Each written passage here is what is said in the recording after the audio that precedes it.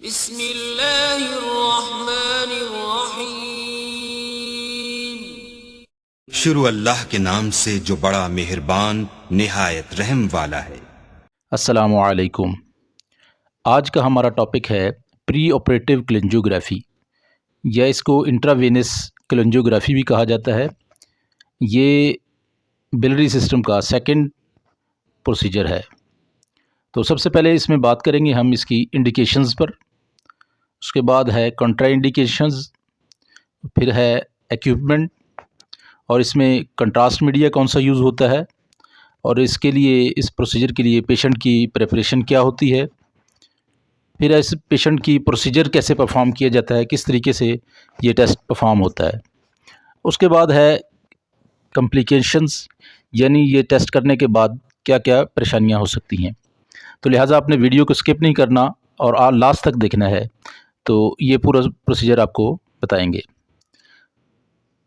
सबसे पहले है ये प्री ऑपरेटिव क्लेंजियोग्राफी या इंट्रावेनस क्लेंजियोग्राफी, आईवीसी भी कहते हैं इसको। ये एक an radiographic examination of the bile duct, यानी ये एक बाइल डक्ट की रेडियोग्राफिक एग्ज़ाम है जो बाइल डक्ट के लिए किया जाता है।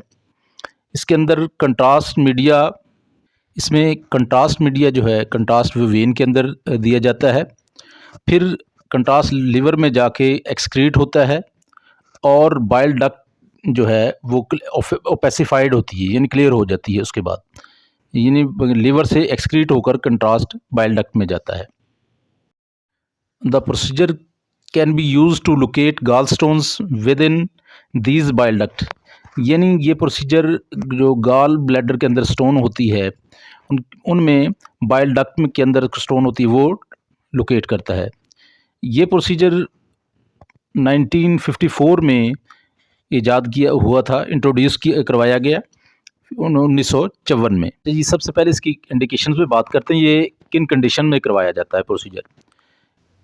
कोलिसिस्टाइटिस, इन्फ्लेमेशन इन जीबी, यानी गॉल ब्लैडर की कोई भी इन्फ्लेमेशन हो उस सूरत में ये करवाया जाता है। Gall stone in gall bladder, यानी गॉल ब्लैडर के अंदर कोई पथरियाँ वगैरह हों। Bile duct obstruction, bile duct के अंदर कोई रुकावट हो गई हो। Biliary duct stenosis, biliary duct के अंदर तंगी हो गई हो। या oral cholecystography not succeed, oral cholecystography में अगर कामयाबी ना हो, यानी वो टेस्ट करें तो क्लियर ना हो, तो उस कंडीशन में भी ये प्रोसीजर करवाया जाता है। उसके बाद है इसकी कंट्राइंडिकेशन की कंडीशन में ये टेस्ट नहीं करवाना चाहिए।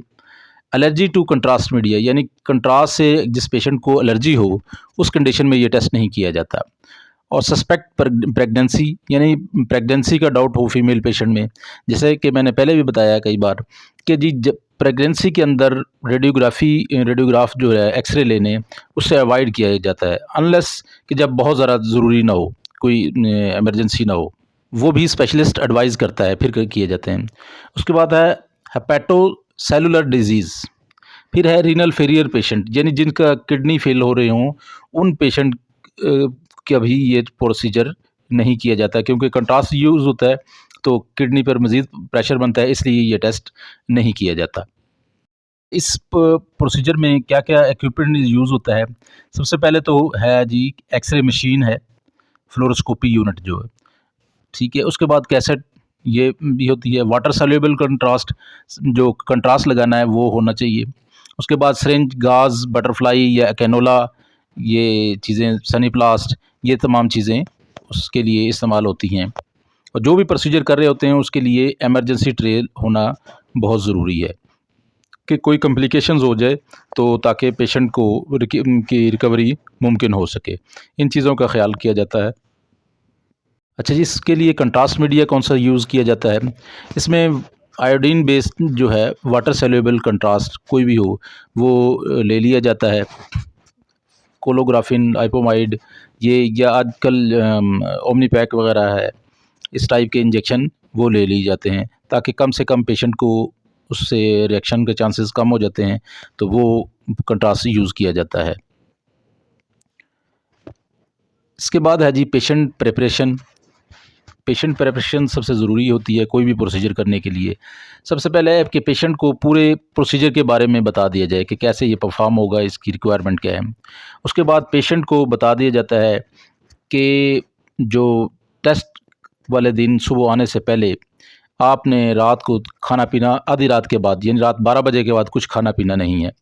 और उसके बाद पेशेंट्स को उससे पहले 2 दिन जो है फ़ैट फ्री डाइट उसको बताई जाती है पेशेंट को कि फ़ैट फ्री डाइट इस्तेमाल करे। कौन कौन सी फ़ैट फ्री डाइट होती हैं वो सारी डिटेल से बताया जाता है पेशेंट को। जिस दिन सुबह पेशेंट प्रोसीजर के लिए आए उस वक्त सबसे पहले उसके जो इन्वेस्टिगेशन है ब्लड यूरिया सीरम क्रिएटिनिन ये करवा के पहले आए पेशेंट। अगर वो नॉर्मल हो तो फिर ये प्रोसीजर किया जाता है। उसके बाद पेशेंट के कपड़े चेंज कर लिए जाते हैं यानी हॉस्पिटल जो है गाउन वो पहना दिया जाता है पेशेंट को। ये प्रोसीजर कैसे किया जाता है, इसमें पेशेंट को स्पाइन पोजीशन में टेबल पर लिटा दिया जाता है। उसके बाद सबसे पहले एक कंट्रोल फिल्म कहते हैं, स्काउट भी कहते हैं, प्रिलिमिनरी फिल्म भी कहती हैं, वो एपी में एक ले ली जाती है एब्डोमेन एरिया की। उसमें कुछ जो है चेस्ट का भी आ रहा होता है सारे एरिया, जैसे एब्डोमेन एपी में की स्पाइन में किया जाता है उस तरह ले ली जाती है। उसके बाद आईवी लाइन लगाई जाती है यानी कैनोला पास कर लिया जाता है पेशेंट को। ठीक है, कैनोला लगा लें, अगर नहीं है तो बटरफ्लाई लगा सकते हैं आप। अच्छा, कंट्रास्ट जो भी कंट्रास्ट देना है आपने 19 गेज 20 गेज की कोशिश करें या 18 गेज की ये में लगाया करें ताकि कंट्रास्ट सही चला जाता है। ये इंजेक्शन कैसे लगाना है, ये कंट्रास्ट आप आईवी लाइन ड्रिप के फ्यून जो होता है ब्यूरेट उसकी के ज़रिए थ्रू ऐसा ऐसा लगा सकते हैं या हाथ से भी बहुत स्लो लगाया जाता है कंट्रास्ट। पेशेंट के आर्म में लगाया जाता है।